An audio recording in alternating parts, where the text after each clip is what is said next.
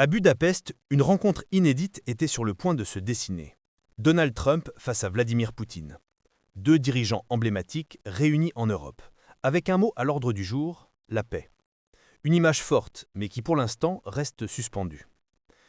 Depuis plusieurs semaines, une idée circule. Organiser en Hongrie une rencontre entre Donald Trump et Vladimir Poutine sous l'œil bienveillant du Premier ministre hongrois Viktor Orban.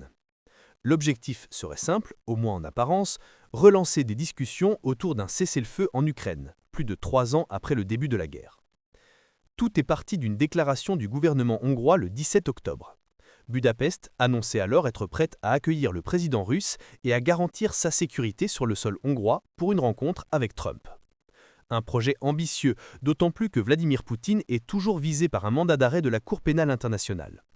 Ce qui signifie concrètement qu'il risquerait d'être arrêté s'il survolait ou traversait certains pays européens. Quelques jours plus tard, les choses semblaient se préciser. Donald Trump laissait entendre que le sommet pouvait avoir lieu dans les 2 semaines ou à peu près. Mais très vite, la situation s'est grippée. Le 21 octobre, la Maison-Blanche a calmé le jeu. Il n'y a pour l'instant aucun plan pour une rencontre entre Donald Trump et Vladimir Poutine, a déclaré un porte-parole. Dans le même temps, Moscou a rejeté la proposition d'un cessez-le-feu immédiat en Ukraine, un refus qui a refroidi les espoirs d'un accord rapide.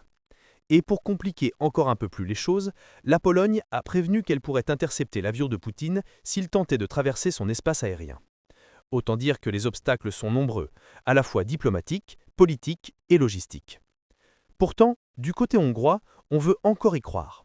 Le Premier ministre Viktor Orban assure que les préparatifs continuent et que la rencontre aura lieu quand le moment sera venu.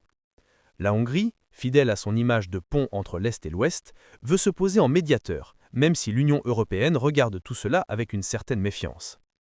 Ce qui se joue ici, c'est plus qu'une simple réunion entre deux dirigeants. C'est un test. Un test pour mesurer si les canaux diplomatiques entre Washington et Moscou sont encore ouverts ou si le dialogue est définitivement rompu. Un test aussi pour la Hongrie, qui cherche à exister sur la scène internationale malgré les tensions avec Bruxelles. En somme, ce sommet aurait pu être un tournant, un signe d'apaisement, ou au moins un début de conversation. Mais pour l'instant, tout est gelé. Les divergences restent profondes, les alliances fragiles et la méfiance toujours bien présente. Alors cette rencontre aura-t-elle lieu ? Difficile à dire.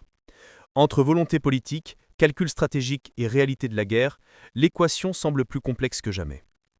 Ce qui est sûr, c'est que l'idée d'un face-à-face Trump-Poutine à Budapest aura fait rêver, inquiéter et beaucoup parler. Et même si elle ne se réalise pas tout de suite, elle en dit long sur l'état du monde. Un monde où la paix semble toujours à portée de main, mais jamais tout à fait à portée de mots.